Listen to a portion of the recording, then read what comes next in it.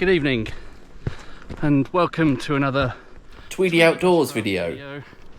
I am in Cerne Abbas, actually just beneath the Giant, but as is the way with hill figures, you can't see them when you're directly underneath them. So as the sign back there says, the best view is from the lay-by on the A road down there where I was just now, but somehow the constant flow of cars made that a bit less than an ideal spot to sit and enjoy the view, wonderful though it is.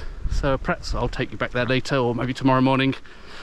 So the plan is I'm here to finish off the Wessex Ridgeway, which is a long distance trail I started last summer and ended up with about 2 days of walking left. I got as far as Cerne Abbas, starting at Avebury. There's about 2 days of walking left from Cerne Abbas to Lyme Regis. But for one reason or another, it has taken me a year to get round to completing it, and I shouldn't jinx it because I haven't completed it yet. At the moment, I'm still in Cerne Abbas. Hopefully the next 2 days I will finally finish off the Wessex Ridgeway. So I'm going to walk up this big steep hill now, and you probably don't want to hear me huffing and puffing, so I'll get back to you at the top. Well, that's more or less the top. Probably can't hear me for the wind. But, behind me, well, the other side of this fence, that's where the Cerne Abbas Giant is etched out of the living rock, and this is called Giant Hill, which is all open access land. So I'm going to go through, wander over here, see what I can find. Never seen blackberries that low to the ground. Right, good evening from Giant Hill. Decided to try and make dinner outdoors. So of course the bit of a nod to Floyd here, but the key component of that is a glass of wine whilst cooking. This is Langham Estate is exactly how far? 10 miles, something like that from here. Not far from Cerne Abbas. I went for their Culver Classic Cuvée, which is the one that's more Pinot Noir dominated. It's more my kind of thing. I think I've had Langham before, probably only their Blanc de Blanc.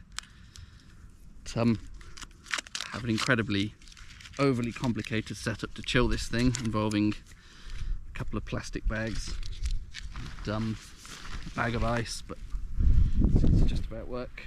Feels reasonably chilled.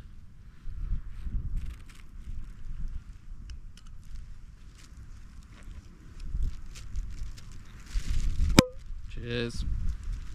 Let's see how this is.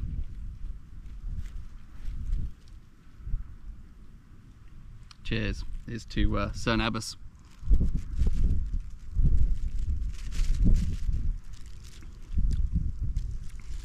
Yeah, it's nice, nicely chilled.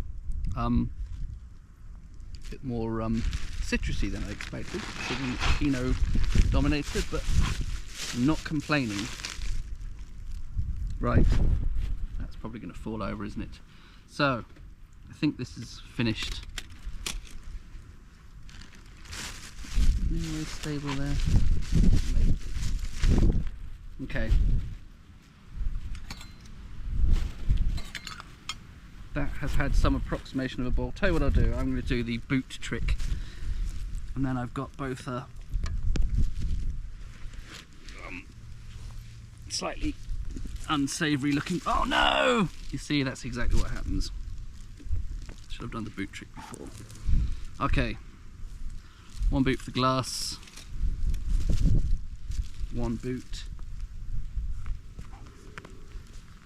for the bottle. Then all the ticks can crawl up my now unprotected ankles. That'd be great, wouldn't it? Wonderful. All the joys of outdoor living. Okay, that should be secure now. I'm sitting on a thorn. I hope you appreciate what I go through in order to do this. Right, so I mean that is some approximation of boiled tortellini. Take most of the water out.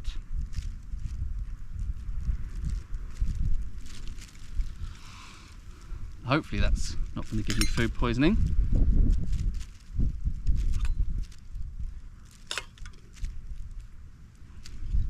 Okay, the idea is, and then this is Dorset Blue Vinny, as mentioned in is it in the Monty Python cheese shop sketch? Probably. Crumble, some of that crumble, it's a great big lump.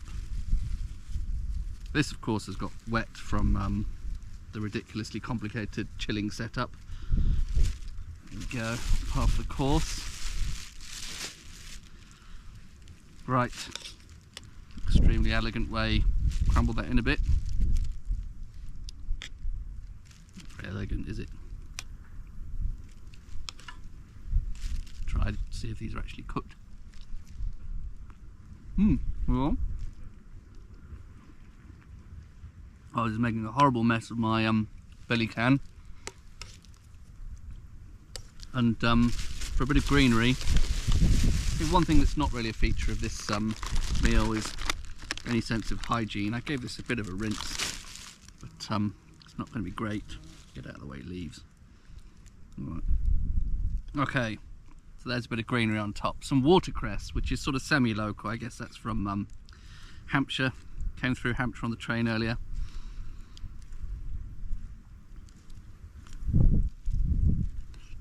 There we have it. My bit of al fresco cooking. Dorset Blue Vinny with tortelloni and Hampshire watercress. Very nice. I hope none of that gives me food poisoning. Right, I'm going to eat some of that. I'll switch off for a bit. That worked pretty well actually. The ad hoc tortelloni, Dorset Blue Vinny, watercress. Trying to find a spot now with a slightly nicer view. I was trying to get a bit of shelter back there. So I was sat in amongst some brambles. But I reckon if I hang around for a bit, sorry, that's a bit skew whiff, might be at least a bit of a sunset to watch. Still this fairly persistent bit of cloud that is determined to get in the way of the sunset. I hope that would just blow away, but I don't know, I guess it's got a long way to go. Clearer skies over here though, just the other side of those couple of trees, and a little bit more sheltered from the wind. Perhaps I should have sat under one of those trees. That's quite nice.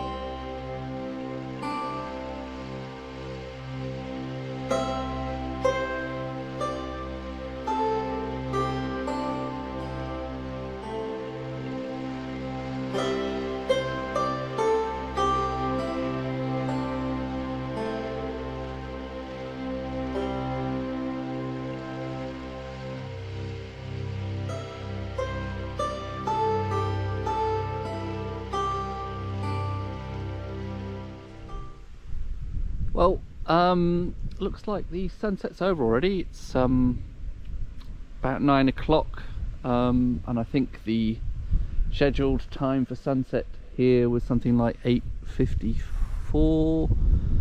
Already a bit grey and dull. There's a tiny bit of interest over there. So I am going to head back down into Cerne Abbas. One of the pubs, one of the 3 pubs there, is sadly closed today. That's the Royal Oak, the one I went to before, which I really liked actually. I'll see what the other 2 are like, perhaps for a final pint before heading to bed, so that I can make an early start tomorrow and get on with the rest of the Wessex Ridgeway. Well, small addendum on my way down Giant Hill, but looking over the quite scary barbed wire fence there, you can see a few lines that make up the Cerne Abbas Giant there, but of course, you know, you don't really get the sense of the whole figure unless you're looking from the opposite hill or down there in the lay-by off the A352 or whatever that road is. But yeah, do get a tiny sense of it from